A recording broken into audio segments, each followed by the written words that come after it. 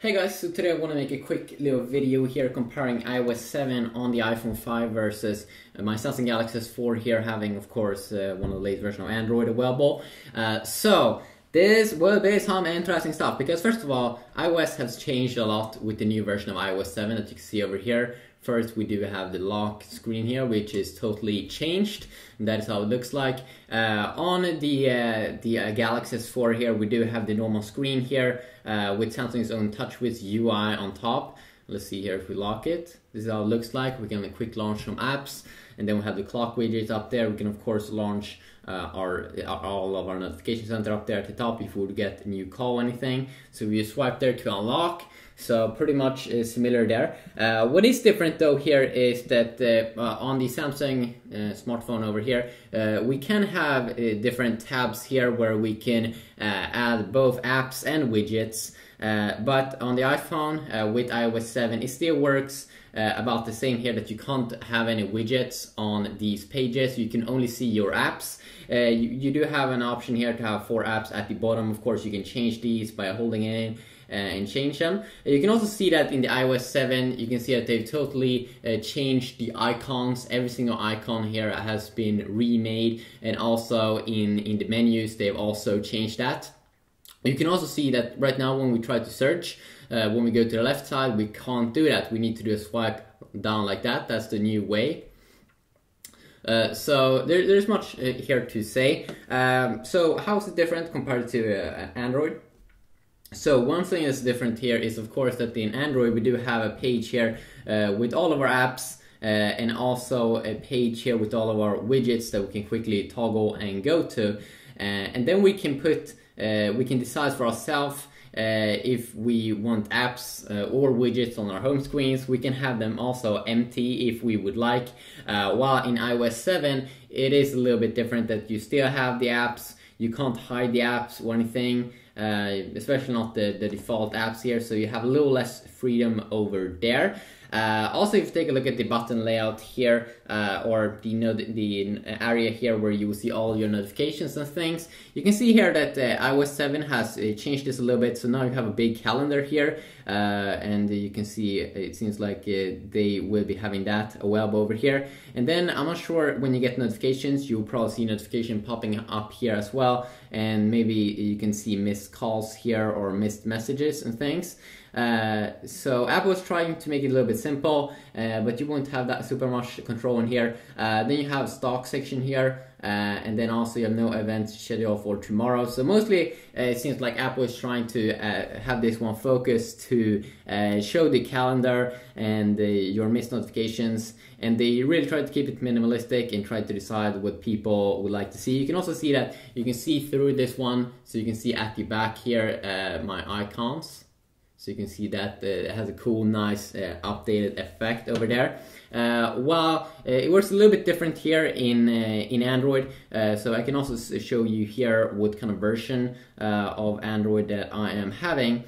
So I am currently having the latest version of Android 4.2.2. I did install the latest update also.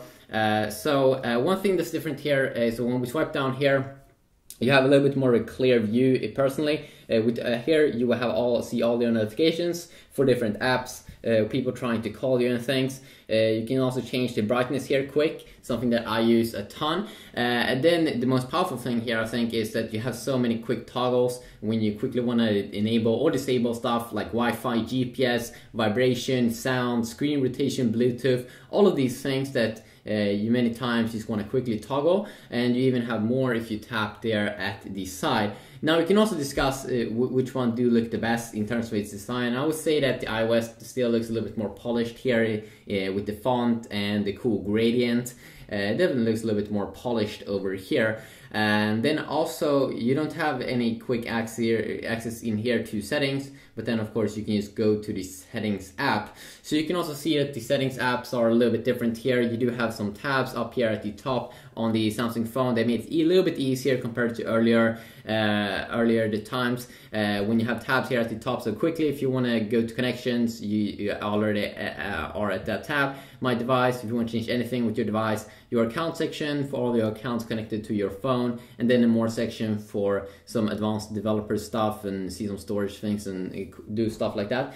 While Apple still likes to keep it a little bit more simple here, you do have different default apps here. You can go into some quick settings for each one. But then overall, they haven't changed that much. You do have a notification center page here where you can quickly customize exactly what you want to show in there. And also the control center, if you want to be able to have access to that, then you can also do that. You can also see that they have, this one is of course in white here with white background and also updated icons. You can also see that Apple with iOS 7 is a little bit more of a black and white theme, and we don't have that much super cool effects. It looks a little bit more of a cartoonish feeling, and I'm not really sure. I mean, people will get used to this, and I like it how it looks like really colorful and stuff. But I'm really not sure if I think it's a super awesome upgrade compared to the earlier icons that was a little bit more shiny. But it looks nice. It looks nice. We have a lot of apps also that they've updated how they work and stuff, and that's definitely something that I also want to go over a little bit more in probably other videos. Also, if we check out the kind of like the button layout here. If you want to multitask on the iPhone 5 with iOS 7, they also made it very much different here. It made it probably better. First, you do have your app section here on the left side, so you will probably see all of your tabs here, and then you will see all your apps that you have opened up, and you can just simply swipe them to remove, but you can only swipe up. So a little bit like HTC usually have, but a little bit better there. You can also see that, of course, the animations is definitely updated here, and just because this is like iOS 7 is kind of new right now, it's a little bit slow in the menus. But hopefully they will optimize that a little bit more. And of course, it's even slower on earlier versions of the iPhone. So that's of course is a big difference there. Apple still have Siri as well. So if you hold in the voice assistant, what's up?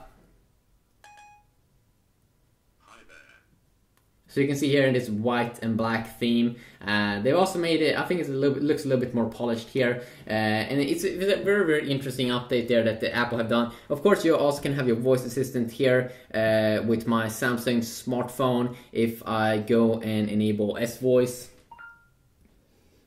so I can enable S-Voice to be on when I double tap.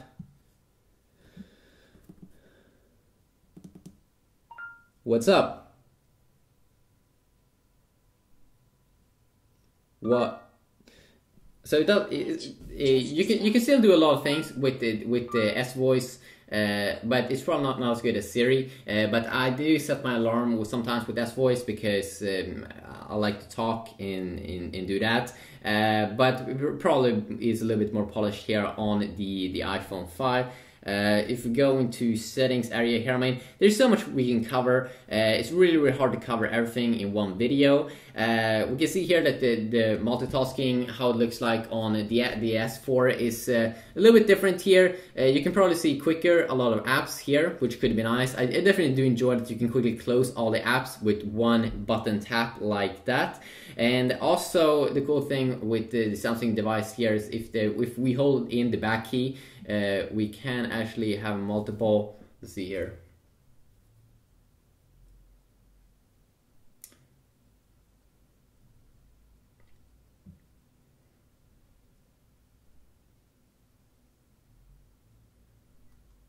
Okay, for some reason it doesn't seem to be working right now for me, maybe because I have disabled it. Let's see here, quick toggle, multi-window. So you can actually multitask here, pretty cool, where you can have two apps open at the same time if you hold in the back key. We also have, if you want to quickly search for something, because we do have multiple buttons here.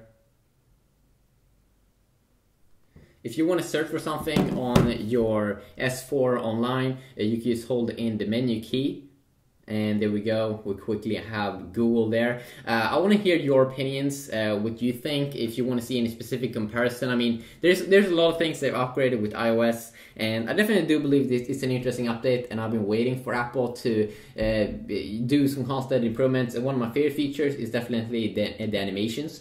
I can also show you one thing here that they've updated on the lock screen, is that when you have the lock screen like this, and you can swipe up here, you do actually now get some quick toggles in here, which is a very, very nice addition. You also have your sound there if you do play some sound with like Spotify. I tried it and it works. And also that you do have a quick brightness slider here. Quick access to Wi-Fi, Bluetooth, airplane mode, and like sleep mode and rotation. If you do want to rotate, you also have a quick access here to compass, flash, calculator, and the camera. And a lot of different apps has also been updated. I mean, you can definitely see here in the camera app, it's been updated to a different UI here, which I definitely do believe is pretty interesting, and probably in the long run will be better. Also, they made something that's pretty cool inside of the Safari browser, which is very, very interesting. Up here at the top side, you can see you only have one simple bar here, search or enter an address, and I've been waiting for that to happen. So definitely this UI looks pretty sick. It seems like they made it so much better, and you can see here also when you have different tabs, it looks like it's going to be extremely sick here. Seems like they copied a little bit of Google Chrome beta, and I do like that, because that tab system is amazing. So that is of course very nice. We can also quickly take a little look here at some things that they have changed. In the brightness and wallpaper app section, you do have 2 new wallpapers here, or maybe actually 3 new wallpapers. And in general, I think that the menus looks really nice that they've updated. It looks a little bit more like they're trying to make the feeling of an easy, that it feels a little bit easy here with big large buttons, and of course you can change and improve the font if you would like that. Let's see here. So also when you turn on the device, and you swipe here one to the left side. If you do swipe here to the right side, nothing will happen. You also have quick access here to the camera app, which launches super quick, which is very good when you want to take a picture at something very quick. So just a quick little look here at iOS 7 versus Android 4.2. And as I said, there's a lot of things, specific things I can go over. I can compare the browsers, I can compare different apps, and I'll probably be able to do that in a future video. But it's too much to cover in one video. I can cover also gaming and more stuff. But what do you think about the new iOS 7 update? Do you like it? Do you want to see anything specific? Please let me know about that, and hopefully I will see you all guys in the next video. Yeah, peace.